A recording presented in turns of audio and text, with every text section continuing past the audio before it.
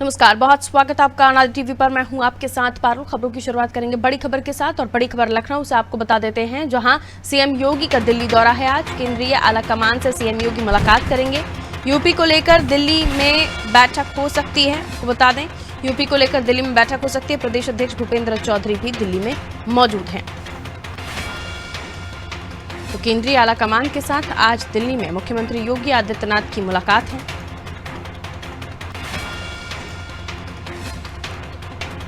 उत्तर प्रदेश के तमाम मसलों पर आला कमान के साथ बैठक करेंगे मुख्यमंत्री योगी आदित्यनाथ।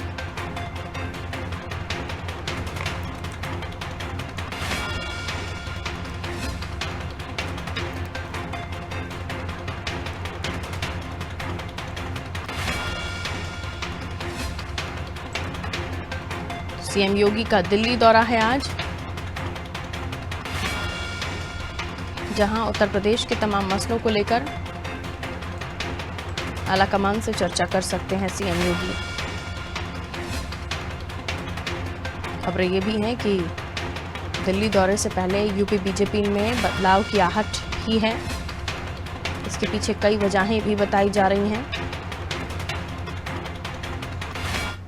उत्तर प्रदेश बीजेपी की नई टीम को लेकर भी अटकलें हैं, कई अहम मसले।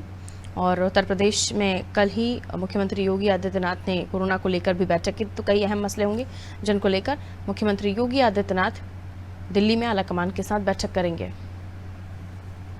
संजय हमारे साथ जुड़े हुए हैं। खबर पर हमें और भी समझाएंगे कि आज जो मुख्यमंत्री का दिल्ली दौरा है उसकी क्या अहमियत है, और क्योंकि तमाम मसले उत्तर प्रदेश से जुड़े हुए जिसको लेकर वो चर्चा करने वाले हैं। ये भी है खबरें कि उत्तर प्रदेश में टीम में कुछ बदलाव करने में भी खबरें जो है सामने आई थी। क्या ये भी दिल्ली दौरे में चर्चा हो सकती है इस मसले पर भी?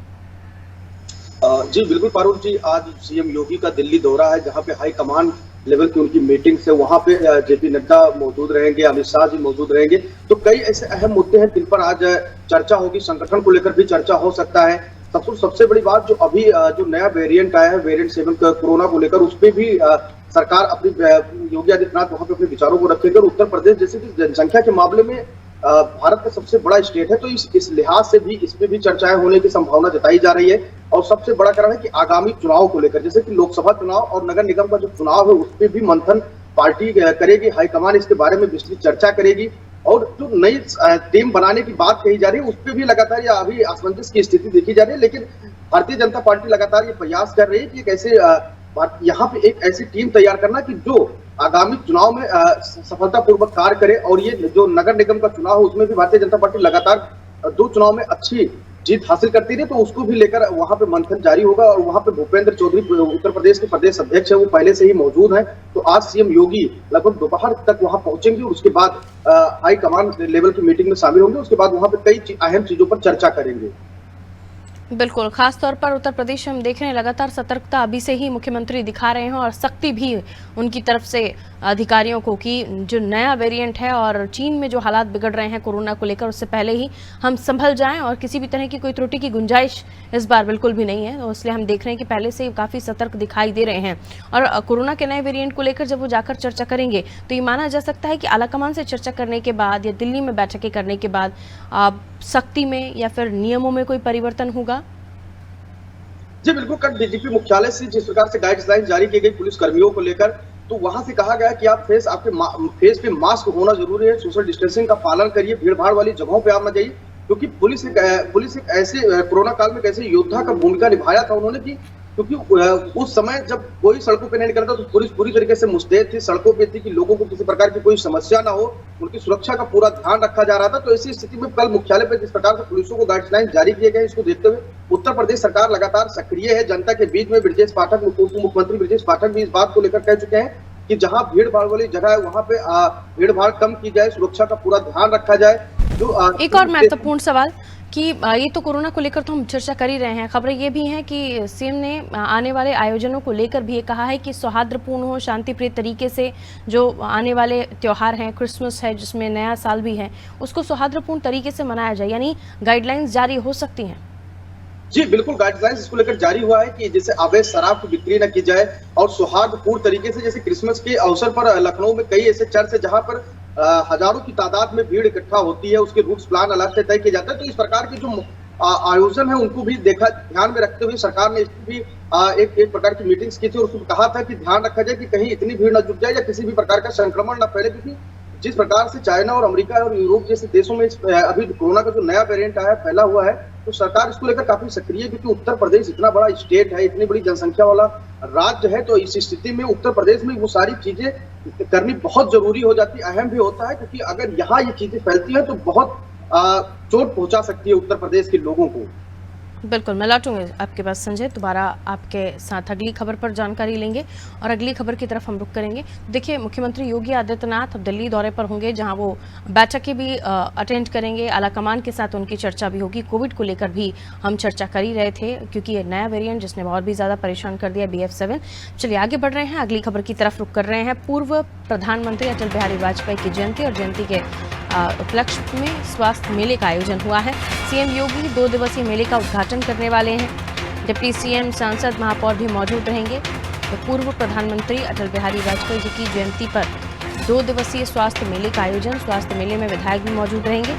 विकास नगर मिनी स्टेडियम में ये आयोजन रखा गया है। सरकारी और निजी संस्थान मुफ्त सेवाएं देंगे। तो स्वास्थ्य मेले का आयोजन, जहां दिव्यांगजनों को ट्राईसाइकिल वितरित की जाएगी, बैसाखी, कान की मशीनें और भी कई चीज़ें स्वास्थ्य मेले में होंगी। स्वास्थ्य मेले में किस तरह की सुविधाएं या क्या कुछ फ़ायदा उत्तर प्रदेश की जनता ले सकती है, कार्यक्रम को लेकर जानकारी ले लेते हैं। संजय हमारे साथ बने हुए हैं। संजय, बताएं क्या कुछ कार्यक्रम होगा, किस तरह से जनता इस स्वास्थ्य मेले का लाभ ले सकती है, क्योंकि निःशुल्क सेवाएं, मुफ्त सेवाएं यहाँ पर सरकारी और निजी संस्थान देने वाले हैं। जी, विकास नगर स्थित मिनी स्टेडियम में आज पूर्व प्रधानमंत्री अटल बिहारी वाजपेयी की पुण्यतिथि पर, पूर्व जयंती पर आज मेला, अटल स्वास्थ्य मेला का आयोजन किया गया है, जिसमें 11,500 से अधिक लोगों का मुफ्त में इलाज किया जाएगा। वहीं 60 अस्पतालों के जो बड़े अस्पताल हैं वहां के चिकित्सक मुफ्त में आज परामर्श देंगे और उनकी जांच करेंगे, वहां पे मौजूद रहेंगे। तो ऐसी स्थिति में वहां पे कई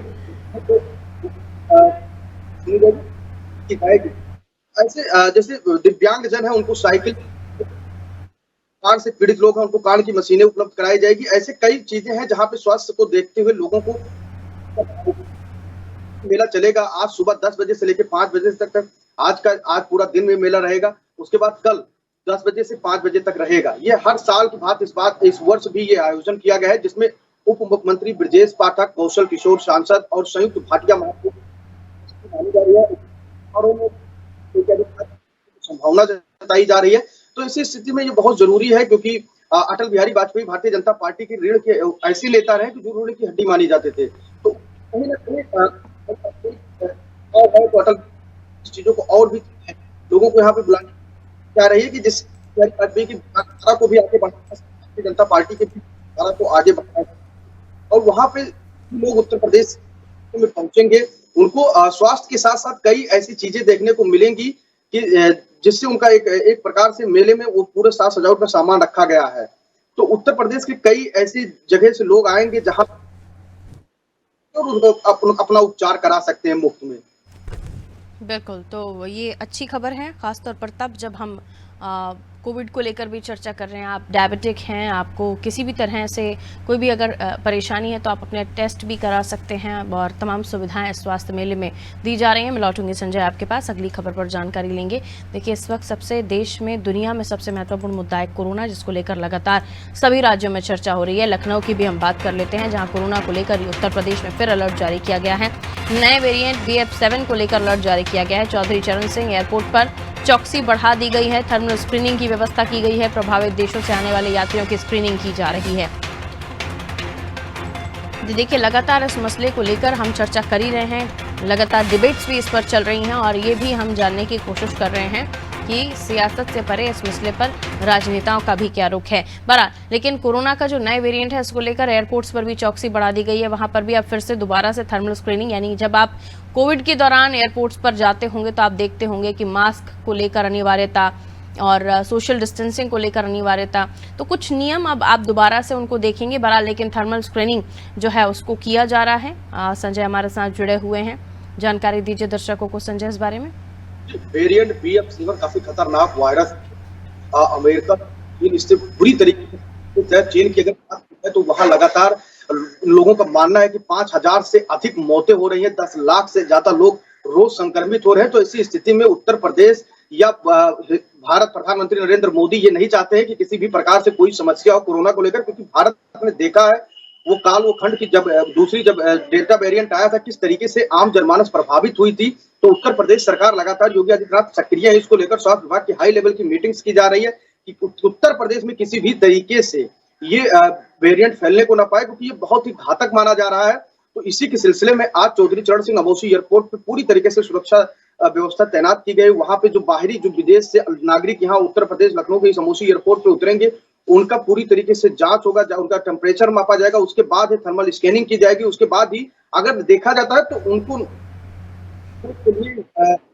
अलग रखा भी जा सकता है। तो इस तरीके से सुरक्षा को पूरी तरीके से ध्यान में रख रही है उत्तर प्रदेश सरकार, क्योंकि वो जानती है कि उत्तर प्रदेश इतना बड़ा प्रदेश है, अगर यहाँ कुछ भी थोड़ा सा भी लापरवाही होता है तो बड़ी समस्याएं खड़ी हो सकती है सरकार के सामने।